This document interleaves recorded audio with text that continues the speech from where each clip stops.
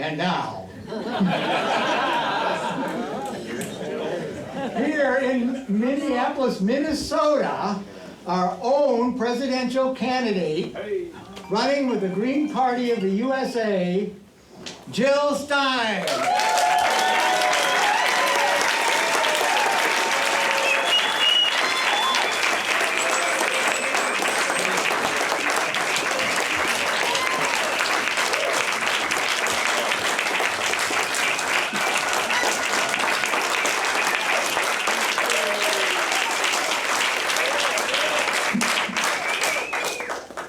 It just totally blows me away to look out and see these amazing faces. Some I recognize, a lot I don't. And there's just such power and wisdom and just an unstoppable force that's gathering here today. And I can't tell you how incredibly gratifying it is to have seen our movement grow. As Cam was saying, and can we hear it, please, for Cam Gordon? Just amazing trailblazing. And likewise, I want to acknowledge Annie Young for also being one of our founders. As Cam was saying, the Greens have been ahead of the curve on single payer, now called Medicare for All, but back when Ralph Nader was running in his 2000 election, it was single-payer health care.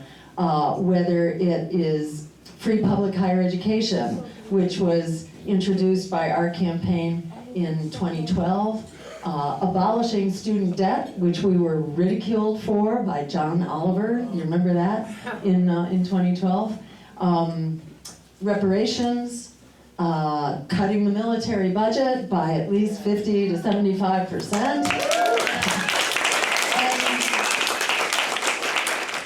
And likewise, opposing ethnic cleansing, occupation, and the apartheid state of Israel, going all the way back to 2006.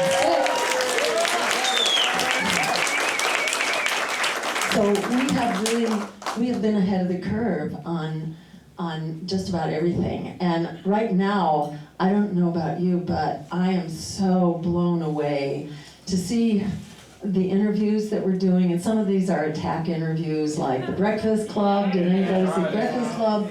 Or, Mehdi Hassan. I don't know if you saw that one. I heard it was bad. Well, the amazing thing is that the harder we get attacked, the more it backfires, and the more people are saying, well, now that I've seen that interview, that has decided me that I'm going to vote for Jill Stein and Butch Ware in this election. So it's so incredible because we haven't changed. Our agenda has been here for a couple of decades, basically. There's not much that's different, but it's like we were ahead of the curve, and the curve has caught up to us, and history has kind of affirmed our intuitions, our values, and here we are, stronger, I think, than ever, and more powerful, more grounded, at a time when the American people are really quite done being thrown under the bus by the parties of war and Wall Street. So it's like, this is a complete perfect storm right now, that the urgent and dire need for transformational change, for ending empire and oligarchy and genocide and rising fascism, we really need transformational change, not single policies, around the edges. We really need big change at a time, and we need that more urgently than ever, at a time when the American people are really waking up and they're not going to take it anymore. Right. And it just fills me with so much like awe and wonder. It's sort of like the flip side of the genocide. The genocide is like the darkest and most horrible thing that we can imagine. And that's sort of coexisting with this incredible possibility now of just changing the whole system up. And I feel like that future is in our hands right now. We're in this unbelievable pivotal moment. And it's really up to us and what we do, well, for the long haul, but right now, between now and the election, because the outcome of this election is going to matter in a huge way. Every vote for our campaign is a shot across the bow of the empire, telling them that their days are numbered, we are here, we are getting stronger, and we are not going away.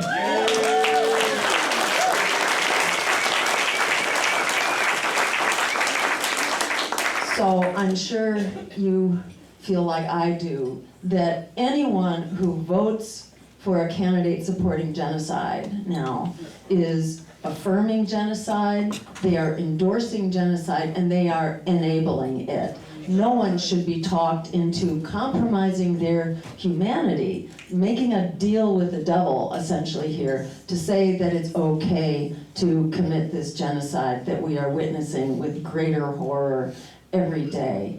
So we have such a strong case to make right now. And, by the way, the American people agree with us. Way back in November, one of the first Reuters polls showed that 68% of Americans already opposed this genocide and wanted an immediate negotiated solution and a ceasefire. That was way back in November. And then several months ago, we now had the news that the American people have been persuaded that it's time for a weapons embargo to the state of Israel. All military aid shuts down.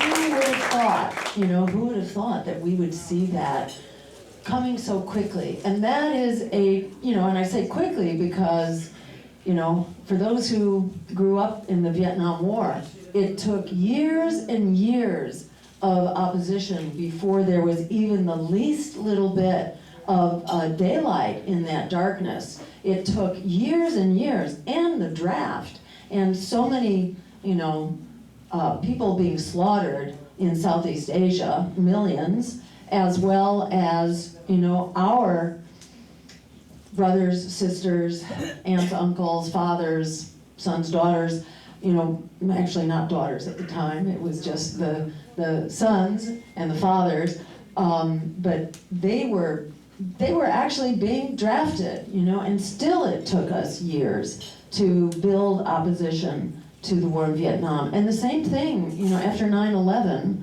to stop the war in Iraq, this war for weapons of mass destruction, which did not exist, and which then led to a whole series of wars on Muslim people in the Middle East.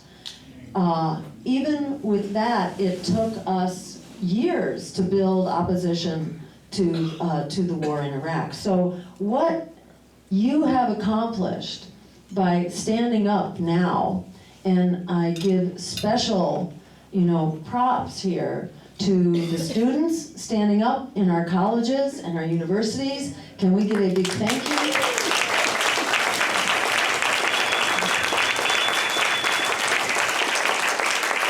For your bravery, literally in the line of fire, and I know that from having been there, and one of them, these guys are not joking around. They are coming for you with their techniques learned from the Israeli occupation forces, basically. That's who's training local police right now. Unbelievably brutal and vicious. So we have students to thank, and especially Muslim Americans and Arab Americans who've had so much on the line and have been so courageous to stand up and to really be a moral compass for this nation, which is lost at sea without a moral compass. And indeed, genocide is the moral imperative of our era, and really helps us focus on what we must do and who we must be, because we are looking at our humanity, which is essentially under assault. We are looking at international law, which is being dismantled, and human rights. And we're looking at the normalization of the torture and murder of children on an industrial scale. And this is, you know, you have to just like, you know, just put your head in your hands and cry. It's not just murder, it is daily torture, what 2.25 million people are being subjected to. And now it's the West Bank and it's Lebanon as well. The same tactics are being used, the saturation bombing, the use of starvation as a weapon, targeting children in the head. You know, that this is now a thing. This is like an Israeli tactic, is to be shooting children in the head. Not to mention the press, who has been in the target hairs all along, so that daylight cannot shine on the absolute horrors that are being committed. This is why they're locking down the press, why Al Jazeera has now been kicked out of the West Bank. You know, they're just shutting down the eyes and the ears of the world everywhere. But they still can't do it because people are live streaming, you know, and the whole world is watching. And we will not let this happen on our watch, with our tax dollars, in our name. And for that reason, you know, that is really why I didn't plan to run for president in this election. And when Cornel West decided he was going to run independent for reasons that are entirely understandable, it's very hard to build a new relationship with a political party when you've never worked with them before and you're running for president.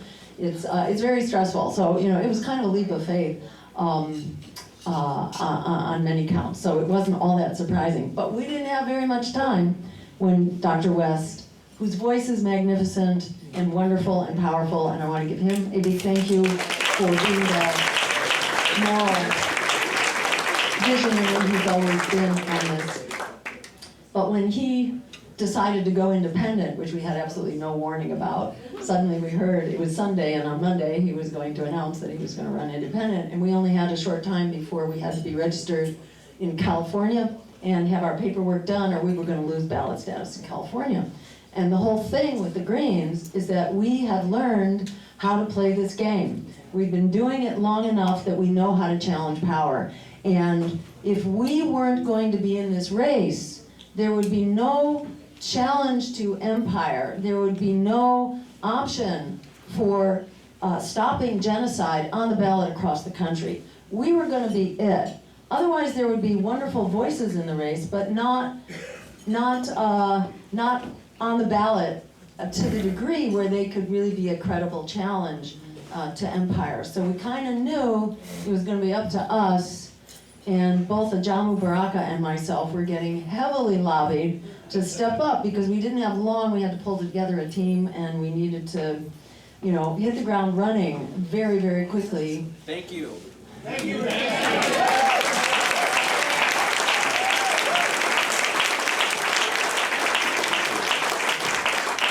Well, Ajamu and I duked it out for about a week because I wanted him to run and he wanted me to run.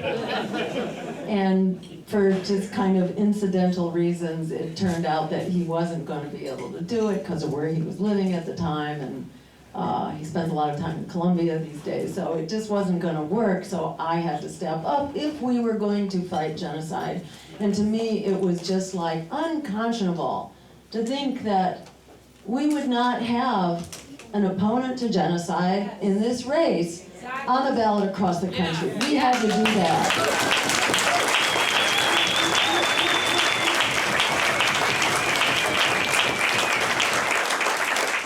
And it is a tribute to everyone in this room, especially the long-term Greens. Can you just raise your hand if you've been around for a while? It's thanks to you. And thanks to everyone who stepped up that we were able to maintain our ballot access, not everywhere, but in many states, and I think Minnesota, where we maintained it, and you know, in Texas and California, Florida, I mean, there were many major states which would have been almost impossible to have done in the short time frame, and given the limits on funding and the growing expenses and costs of doing ballot drives, it is such a tribute to Greens that we have been here understanding since the start Frederick Douglass's message, which is that power concedes nothing without a demand. It never has and it never will. And to make that demand, you have to challenge power. Let's see, what is this doing? Try that. Okay. Maybe. You have to be able to challenge power. All right. We don't have any issue here. Yes, we're challenging power, a different kind of power here. Okay.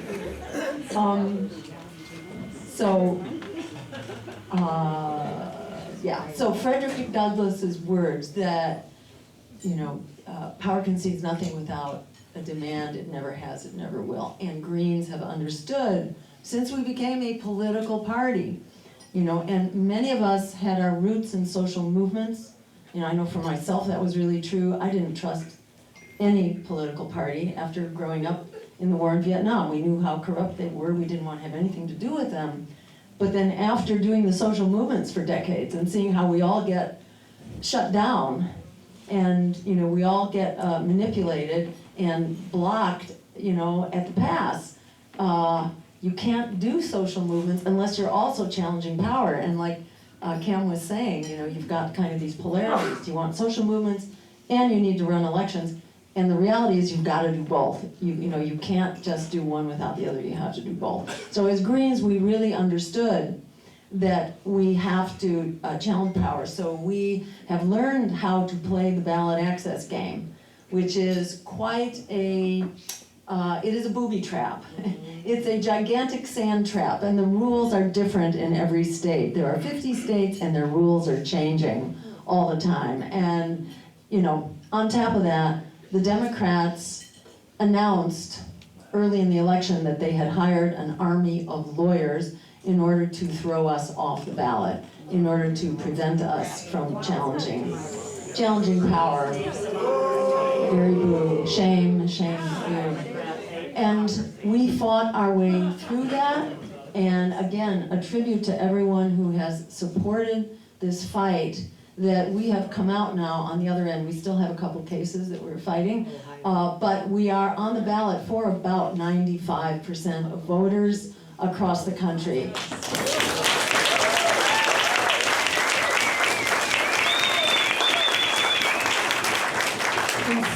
In some of those states we're on, it's about, I think, 7 or 8 states we're on as a write-in, where we have to tell everybody it's not Butch Ware, it's Rudolph Ware. We have to get that word out because you got to write the name correctly or it won't be counted. So, we have active outreach campaigns going on all over the country, but including in the write-in states. There are 2 of them actually where we're doing write-ins, and they're very big and important states, and that's New York and Illinois. And we are fighting to have strong campaigns in those states. But I want to just say a word about what we can do here, because we're on the ballot in most of these states as an actual line, and then we're on as a write-in, and we have about 2.5 weeks. At a time that the need for our campaign is just going off the rails.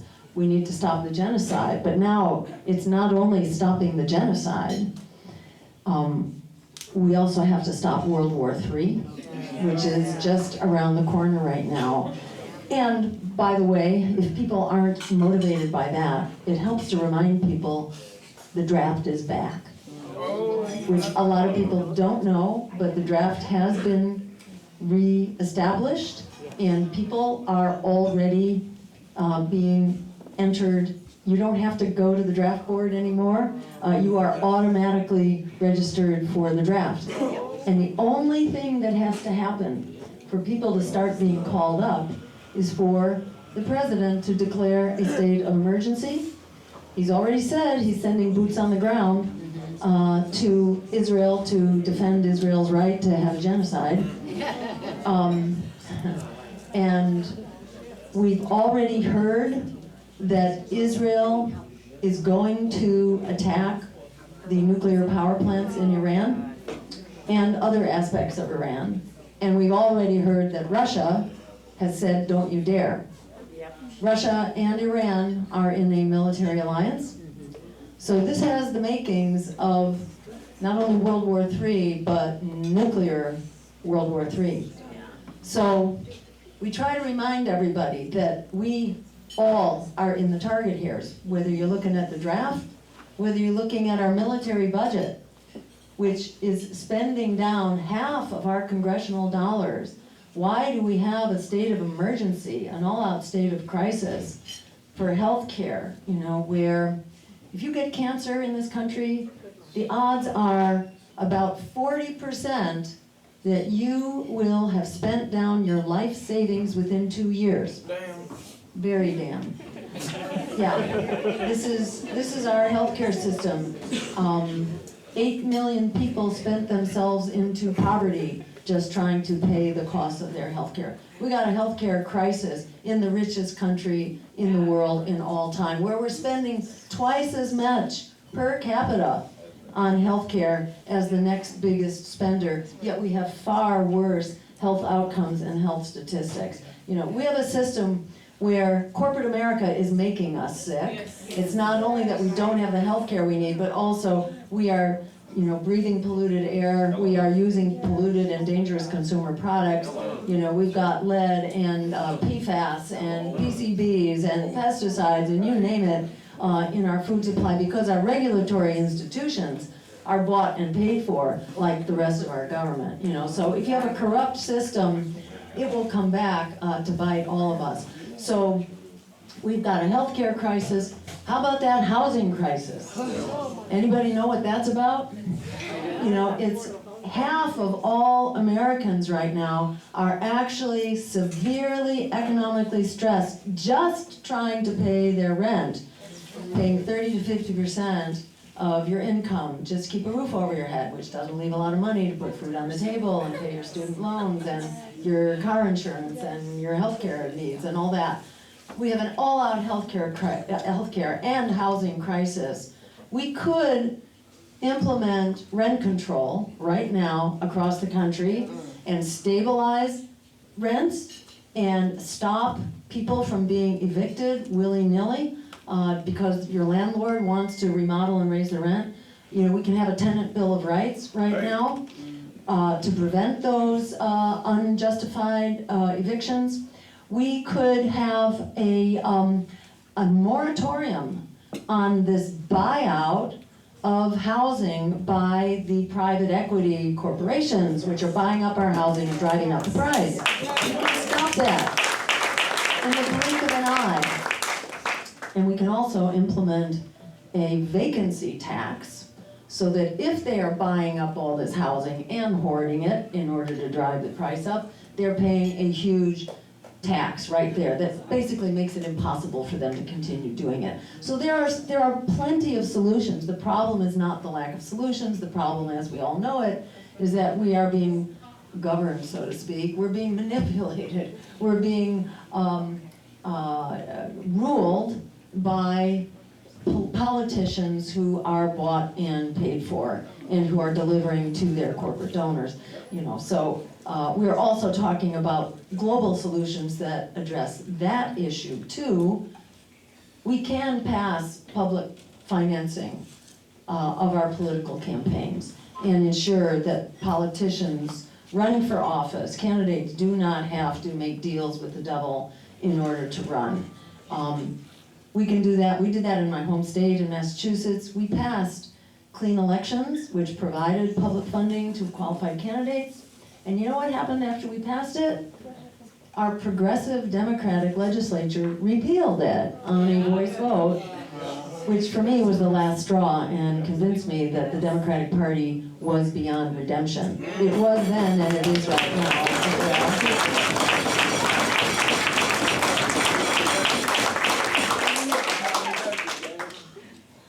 So at any rate, there are many critical issues here that we can fix. The military budget prevents us from funding solutions to the crises that the American people are struggling with.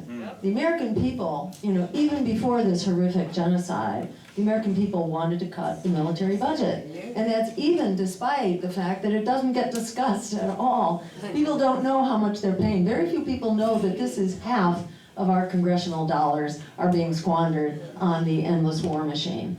So we need to change that. We can fix that.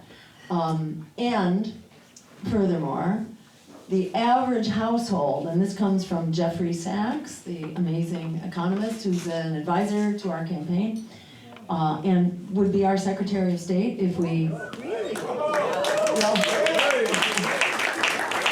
I don't know that for sure, but that is what we will ask him. He's currently an advisor, he's endorsed our campaign, so, if we were to be in the White House, I think he would have a very hard time saying no to that, because he sort of effectively functions as a, guerrilla Secretary of State, in so many words. He is the Secretary of State that we need, but he's calculated that the average household is now paying an average $12,000 per year for the military budget, for the costs of military expenditures. Now that's average. It depends in part on your income in the household, but this is the average across the country. So people are not aware. If people knew how much we were being raked over the coals, and besides, what are these expenditures doing? Are they making us safer? Are they making the world a more stable place? No, hardly. Not at all. We're creating, what's that? Upholding empire. Exactly, upholding empire, which is, not good for living things all around the planet, including those of us here, because the empire is at war abroad and war on working people here at home and war on our democracy and the assault on our civil liberties, on our human rights, the assault on Muslims, on immigrants, etc. This is what you get in a militarized economy and a militarized foreign policy. So we call for changing our foreign policy from a policy based on endless war and raw military and economic domination to a foreign policy based on international law, human rights, and diplomacy. That's what we need across the board. So I want to just say a few things that we will do on day one, and then I want to say what we need to do in order to get there, or at least get as far as we possibly can in this race. So on day one, in fact before day one, if we are so fortunate as to win the office and turn the White House into a greenhouse, and make the world a better place, we wouldn't wait for the inauguration. The day after the election, on November 6th, we will pick up the phone and call Bibi Netanyahu and inform him that the genocide is over.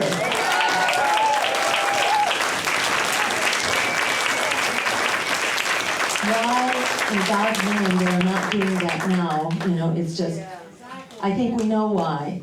And in fact, they keep accusing us of spoiling the election, of taking votes away. Muslims, myself, Arab Americans, Greens, we are taking votes away from Kamala Harris, and they're not happy about that at all.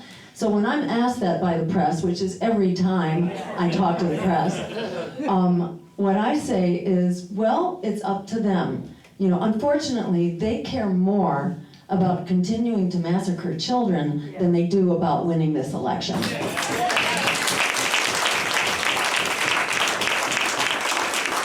So on day one we can do that. Ronald Reagan, remember that great peace advocate, Ronald Reagan, who picked up the phone and called Menachem Begin in 1982 when the PLO, which was the Hamas of its day, went into Lebanon and was massacring civilians.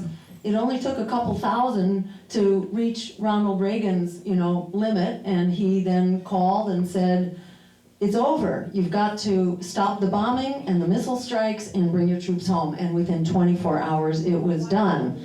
Dwight Eisenhower did the same thing a couple decades earlier. So it's absolutely outrageous for Joe Biden and Kamala Harris to pretend that they are working diligently to try to create a ceasefire. They have absolute power to do this in the blink of an eye right now, and we should not believe their propaganda. And now, they're not even claiming to be working on a ceasefire. Now they have actually stated they are no longer working for a ceasefire. In fact, they are approving, some of the most horrific things that Israel is doing, including its assault on Lebanon, its attacks on humanitarian aid convoys. The West Bank. Oh, the West Bank, unbelievable. And the U.S. rewarded them after the invasion of Lebanon began. The White House rewarded them with another like $9 billion to continue the assault, even as Israel is now affirming it is going to attack Iran. And, we have the makings of a World War III here. And it's really important, I think, for us to get out the word, not only that we can stop the genocide, but we, and only we, can prevent World War III. And a lot of people care about that, a lot. And we can offload our military budget so that we actually are providing what the American people are desperate for, healthcare and housing and climate solutions. We didn't have the $9 billion that FEMA is short. FEMA is short $9 billion so that we could continue Israel's genocide in the Middle East. So this is absolutely outrageous. And people are ready to mobilize. It is amazing to look at, I mentioned the Breakfast Club, Hill Rising, the DNC's advertisement. We have the great honor of being the first third-party campaign that the DNC ever felt like they had to create an ad to combat us. So this is a huge market distinction. And we every time they attack us, they make us stronger and they convince more and more people. Well, they inform more and more people that there is an option, and they also convince more and more people that they are just absolute predators and not to be trusted, and that they no longer deserve votes. So the number of people, if you read through the comments, like on the Breakfast Club, these are not Green audiences. They've hardly heard of the Green Party. They've never heard of our campaign. But one after the other, after the other, after the other, they're all saying, okay, I wasn't going to vote in this election, now I'm going out to register Green and vote for Jill Stein and Bush Ware. It is just astounding. And we've all been working a long, long time. I mean, whoever thought, we would get to this kind of a breakthrough, where we are seeing students mobilize, and we're seeing Arab Americans and Muslims mobilize. We're also seeing a lot of African Americans mobilizing their networks as well. It's absolutely astounding. We were recently on the border in the Rio Grande Valley in Texas, and the Hispanics are also, they've had it. They've had as much as they can take, and they are ready to mobilize as well. So it's like we are in the perfect storm, an absolutely unimaginable perfect storm. So I want to encourage everyone to own this campaign, to own our futures, because every one of our votes could be 100 votes. And if we do the grassroots things, this isn't rocket science, this is just the ABCs of grassroots campaigns, this is how they win. They win by phone banking, they win by tabling and flyering, they win by door knocking, and they win with social media and with fundraising, but it's especially you know, because every time we raise $1 and then a bunch of dollars, we can hire more organizers and provide the support. Right now, we have organizers in about half of states, the more active states. But we'd like to have organizers in every single one. So if you are in a position to make a donation, please do that. And you can do that at jillstein2024.com. And do you have QR codes, or what do you have over there? Yes. Wissam? Yes, thank you. Everybody pull your phone out. Please give a good applause to Dr. Jill Stein.